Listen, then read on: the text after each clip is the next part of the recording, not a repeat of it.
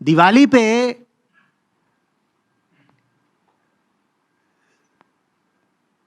या तो कोई ऐसा हो जो तुम्हें काजू की बर्फी देने आए, और कोई ऐसा होगा जो तुम्हें राम देने आएगा। जो राम देने आएगा ना, तुमको पक्का समझ लो वो काजू की बर्फी साथ लेके नहीं आएगा, और जो काजू की बर्फी साथ लेके आया है वो रावण का ही एजेंट है, घूम रहा है दिवाली पे जय सिया राम करता।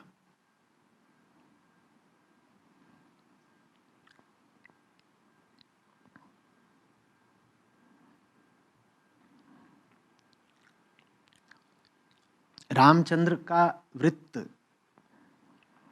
हिंदुस्तान को बहुत पसंद रहा है ना। उन्होंने क्या चुना था? देह का सुख? बोलो। हम्म।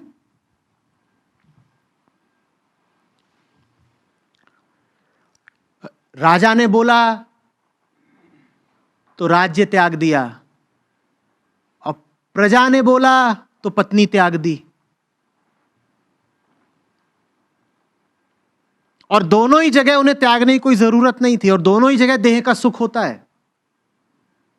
दशरथ जो बात कर रहे थे अन्याय की थी। तो दिवाली मुझे बताओ, राम की अगर घर वापसी का त्योहार है तो क्या शारीरिक सुख का त्योहार हो सकता है?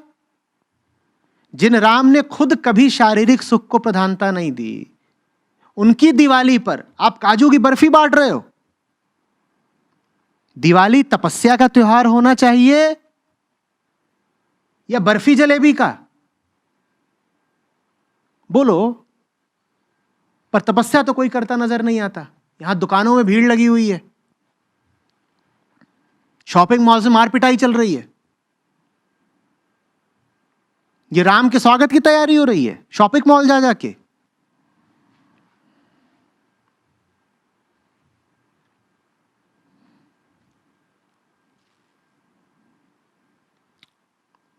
बोलो। पर नहीं, आप भी खड़े हो जाएंगे, हैं मिसेस टंडन आई हैं बहुत सारा लड्डू लाई हैं। सारे लड्डू मिसेस टंडन के ही मुंह में घुसेड़ दो। 105 किलो की वैसे ही है, 115 की होके लौटे। बोल खा मोटी, सब तू ही खा जो लाई है।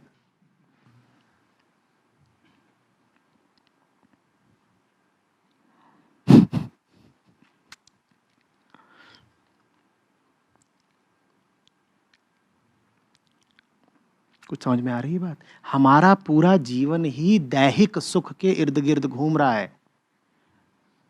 मन के सुख को, जिसको आनंद कहते हैं, शरीर का सुख कहलाता है सुख, और मन का जो वास्तविक सुख होता है उसको कहते हैं आनंद। आनंद के प्रति हमने कोई मूल्य रखा ही नहीं है, कुछ नहीं। और उसका सबसे बड़ा प्रमाण हमारे क्या है? त्योहार।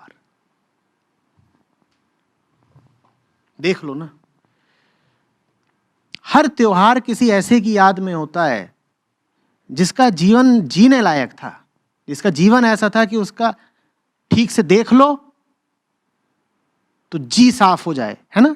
हर त्योहार किसी ऐसे की याद में होता है। और फिर देखोगे आप त्योहार पे जो कुछ कर रहे हो वो क्या उस महापुरुष के जीवन से जरा भी मेल खाता है जिसकी याद में त्योहार बना रहे हो? कोई मेल ही नहीं मिलेगा। इसलिए समझे तुम कि अध्यात्म की ओर लोग कम क्यों आते हैं। अध्यात्म में पूरी पराठे की बहुत कीमत नहीं है ना। अब आधुनिक अध्यात्म में हो गई है, वहां सब चलता है, वहां पिज्जा भी चलता है।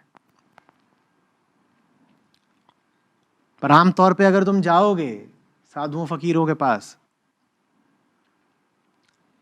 तो शारीरिक सुख तो नहीं ही पाओगे।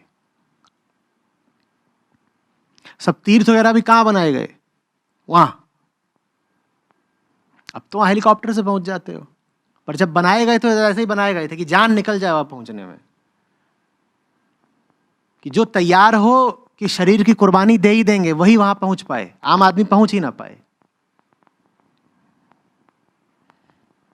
जंगल के अंदर बना दिया, अब तो जंगल काट डाले, अब तो वहां हाईवे जाता है। पहाड़ पे बना दिया, दूर समुद्र किनारे बना दिया।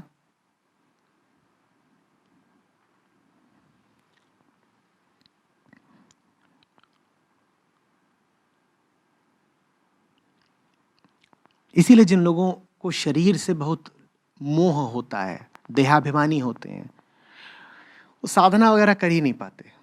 और साधना से मेरा मतलब साधना की पद्धति नहीं है, मैं जीवन को सुधारने की बात कर रहा हूँ, उसको साधना कह रहा हूँ। उनका जीवन फिर सुधर ही नहीं पाता।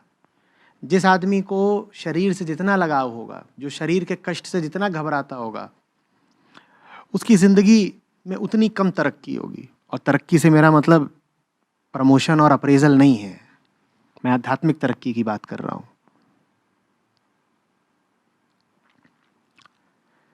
और जो आदमी अपने शरीर को तोड़ने के लिए जितना तैयार होगा, जो शरीर से कम लगाव रखता होगा, उसकी संभावना उतनी बढ़ जाएगी